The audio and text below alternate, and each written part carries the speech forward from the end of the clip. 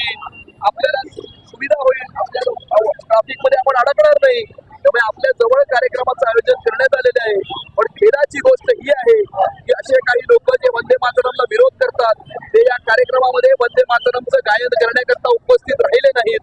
त्याचा आम्ही निषेध करतो आणि या कार्यक्रमाच्या द्वारे आम्ही हा संदेश देऊ इच्छितो की अगर इस देश में रहना होगा तो वंदे मातरम के वोट चोरीच्या साध्यतेला राहुल गांधी जे आहेत ते रोज फेक नरेटिव्ह पसरवतात, खोटा बोलतात. त्यांच्याच पक्षाचा आमदार मालाड विधानसभा क्षेत्राचा, याची चारकोप विधानसभा क्षेत्रामध्ये दोन वेगवेगळ्या प्रकारची नावं आहेत आणि त्यामुळे याच्यावरती राहुल गांधींनी स्पष्टीकरण द्यावं. हा वोट जिहाद आहे का, याच्यावरती राहुल गांधींनी स्पष्टीकरण द्यावं असं माझं राहुल गांधीला आव्हान आहे. वंदे मातरम इस राष्ट्रगान को 150 साल पूरे होने के उपलक्ष्य पर पूरे देश में जो कार्यक्रम आयोजित किए गए हैं, वंदे मातरम के गायन के कार्यक्रम आयोजित किए गए हैं, उसी कार्यक्रम का एक भाग भारतीय जनता पार्टी मुंबई की तरफ से 6 कार्यक्रमों का आयोजन किया गया है. उसी का एक भाग है कि मलाड में भी इस प्रकार के कार्यक्रम का आयोजन किया गया है. वंदे मातरम को कुछ लोग विरोध करते हैं. इन लोगों को भी हमने निमंत्रित किया है कि इन कार्यक्रमों में आप सहभागी हो, वंदे मातरम का कथन करें, गायन करें, लेकिन इनके पास में घरों के या कार्यालय के पास में इस प्रकार के कार्यक्रमों का आयोजन हमने किया ताकि उनको सुविधा हो, लेकिन वो इस कार्यक्रम में नहीं पहुंचे, वंदे मातरम का गायन उन्होंने नहीं किया. इस कार्यक्रम के माध्यम से और इस मंच के माध्यम से हम उन्हें ये संदेश देना चाहते हैं कि अगर इस देश में रहना होगा तो वंदे मातरम के राहुल गांधी तो कांग्रेस के पप्पू है जो रोज झूठ बोलते हैं, रोज दोबारा मतदार का आरोप करते हैं, लेकिन उनकी पार्टी के एमएलए असलम शेख जो मालाड के आमदार है, उनका चारकोप विधानसभा क्षेत्र में 2 बार नाम है. असलम शेख रमजान अली और असलम रमजान अली शेख, इस प्रकार से 2 नाम, 2 अलग फोटो, 2 अलग एड्रेस, इस प्रकार से है. इसके बारे में राहुल गांधी स्पष्टीकरण दे, ये मेरा राहुल गांधी को सवाल. आने वाले मुंबई महानगर पालिका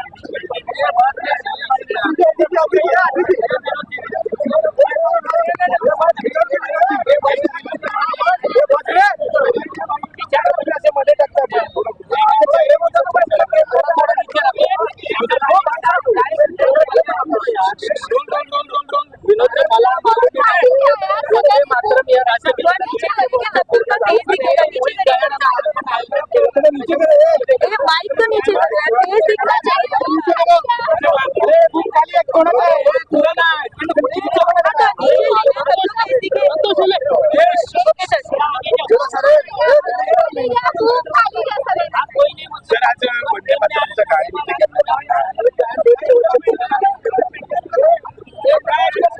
वंदे मातरम ने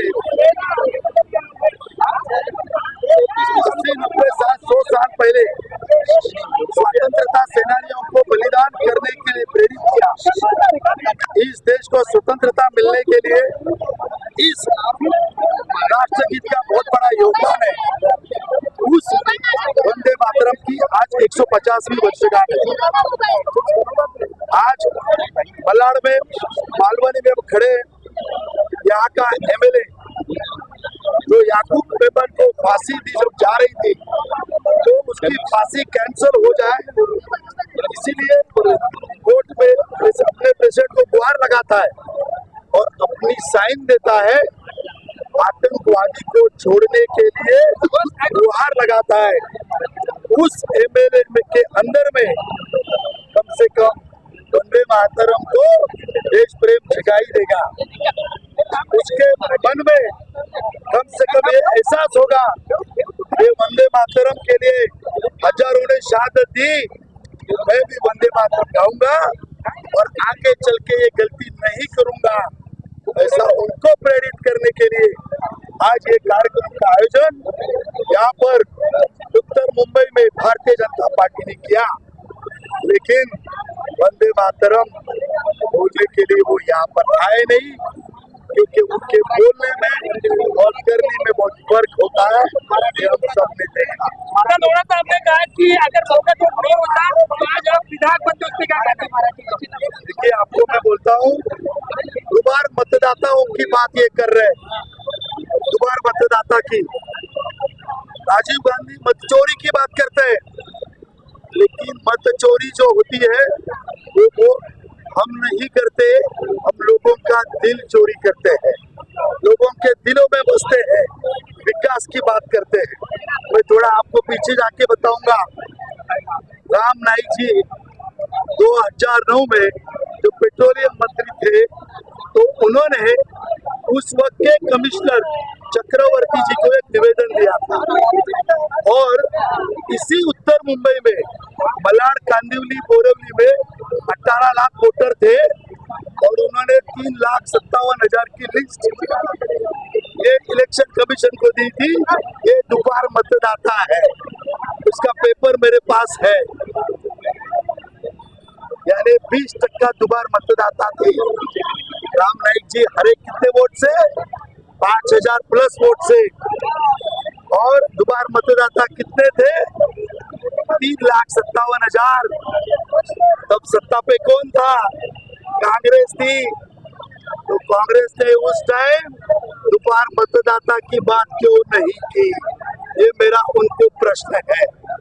2009 में मुंबई में 6 के 6 एमपी कांग्रेस और एनसीपी के चुन के आए थे, तब दुबार मतदाता की बात कांग्रेस ने क्यों नहीं की थी? ये मेरा सवाल है, और अभी आपके सवाल का उत्तर देता हूँ। मैं यहाँ पे हारा कितने वोट से? 6,000 प्लस। और दुबार मतदाता मलाड में कितने हैं? तो 17,000।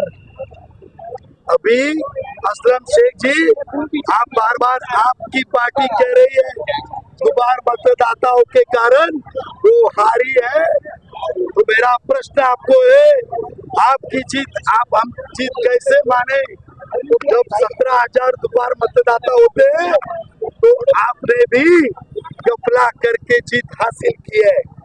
आपको और एक बात बता देता हूँ, चुनाव के पहले मैं इलेक्शन कमीशन के ऑफिस में गया था। लिखित तकरार हमने की थी कि यहाँ पर अनैसर्गिक वृद्धि वोटों में हुई है। 16,000 वोट 4 महीने में इस मलाड में बढ़े, जो मुंबई में सबसे ज्यादा हाईएस्ट है। मैंने कुछ नाम इलेक्शन कमीशन को दिए थे, जो इस एमएलए के हैं, जो इस इलेक्शन ऑफिस में बैठे हैं, और उन्होंने ये वोटर्स बढ़ाए, लिखित स्वरूप में दिया था, जिसके कारण असलम शेख जी जीत के आए। और एक बात बोलता हूँ, इस भाड़ा में नर्सिंग लेन में और भी कई बस्तियों में जहाँ हिंदू ही रहते हैं, इतने सारे सोसाइटी में मुस्लिम वोट्स ऐड किए गए थे। ये सब सोसाइटियों के नाम हमने इलेक्शन कमीशन को दिए थे। तो गलत तरीके से एक विशिष्ट समाज के वोटर, मुस्लिम समाज के वोटर बढ़ाना, और अंत में जब 16 राउंड के बाद 21 राउंड तक वन साइड वोटिंग हो रहा, ये दर्शाता है कि एक विशिष्ट समाज के वोट बढ़ाकर, बांग्लादेशी और रोहिंग्या के वोट बढ़ाकर असलम शेख ये चुनाव जीते हैं। और वही बात हमारे माननीय मंत्री जी आप सबके सामने लोढ़ा जी ने कही कि अगर सही तरीके से यहाँ पर वोटिंग की एनरोलमेंट होती, तो शायद मैं चुन के आता।